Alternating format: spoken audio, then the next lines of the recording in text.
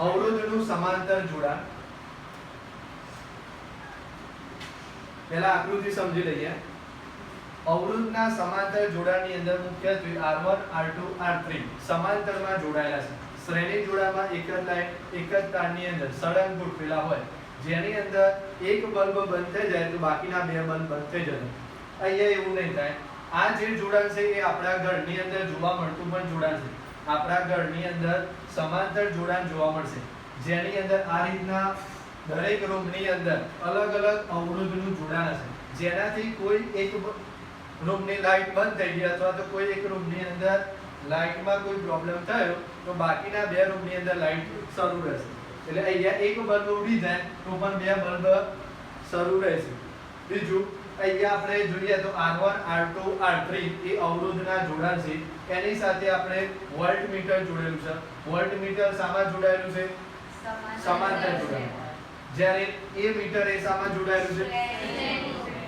અને દરેકમાંથી વિદ્યુત પ્રવાહ પસાર કરતા સમાંતર જોડાણ હોવાથી વિદ્યુત પ્રવાહ વહેંચાઈ જશે. એટલે I1 I2 I3 એટલે કે જ્યારે આપણે બેટરી જોડીએ તો 30 વોલ્ટની બેટરી હોય તો દરેકની અંદર વિદ્યુત પ્રવાહનું મૂલ્ય 10 આ રીતના 10 વોલ્ટની અંદર વિભાજિત થઈ જશે. એટલે કે આપણે ત્રણે ત્રણ બલ્બની અંદર સરખો પ્રવાહ જોવા મળશે.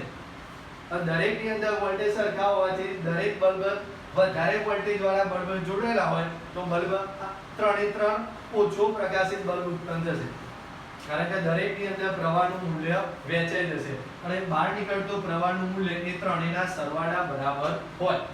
આકૃતિની અંદર તમને ખબર પડી હશે. તો આપણે પ્રશ્નની શરૂઆત કરીએ. ત્રણ અવરોધો એટલે R1 R2 R3 ને સમાંતરમાં જોડાયેલા છે, જેને મુખ્ય બિંદુ X અને Y, બાકીના બિંદુ R1 ને L M, R2 ને P અને Q, R3 ને S અને T બિંદુ આગળ જોડાયેલા છે. તો એની સાથે સમાંતર જોડાણની અંદર વોલ્ટમીટર જોડાયેલું છે. વોલ્ટમીટરનું કાર્ય શું છે? વોલ્ટમીટર શું માપે? વોલ્ટેજ. શું માપશે? વોલ્ટેજ. જ્યારે વિદ્યુત પ્રવાહ I એ કોણ માપશે? મીટરનું કાર્ય શું છે? વિદ્યુત પ્રવાહ માપવાનું. તો સંયોજનના બે છેડા વચ્ચે વિદ્યુત સ્થિતિમાનનો તફાવત કેટલો છે? V. અને અહીં જોવા મળશે કે કુલ વિદ્યુત પ્રવાહ I એ સંયોજનની દરેક શાખામાંથી, એટલે સંયોજન એટલે R1 R2 R3, આ વિદ્યુત પ્રવાહ દરેકના અંદર શું થઈ જશે? વહેંચાઈ જશે. એટલે I1 I2 અને I3 એમ ત્રણ રીતના વહેંચાઈ જશે. એટલે આપણે અહીંયા લખી શકીએ I બરાબર I1 I2 I3, જેને સમીકરણ નંબર 1 કહેશું. હવે અહીંયા સમાંતર જોડાણ હોવાથી આપણે RP એટલે અવરોધ, અવરોધના સમાંતર જોડાણને સમતુલ્ય અવરોધની ઓહમનો નિયમ લાગુ પાડતા. ઓહમનો નિયમ શું કહે છે? V બરાબર IR, અને અહીંયા R એટલે શું છે? RP સમાંતર જોડાણ. તો અહીંયા આપણે વિદ્યુત પ્રવાહની વાત કરતા હોવાથી I ના આપણે કરતા બનાવીશું. I ના કરતા બનાવીએ એટલે શું થશે? V/RP. RP ક્યાં જતા રહે? છેદમાં, જેને સમીકરણ નંબર 2. હવે આપણે દરેક અવરોધ ઉપર ઓહમનો નિયમ લાગુ પાડીએ તો દરેક અવરોધ ઉપર ઓહમનો નિયમ લાગુ પાડતા શું થશે?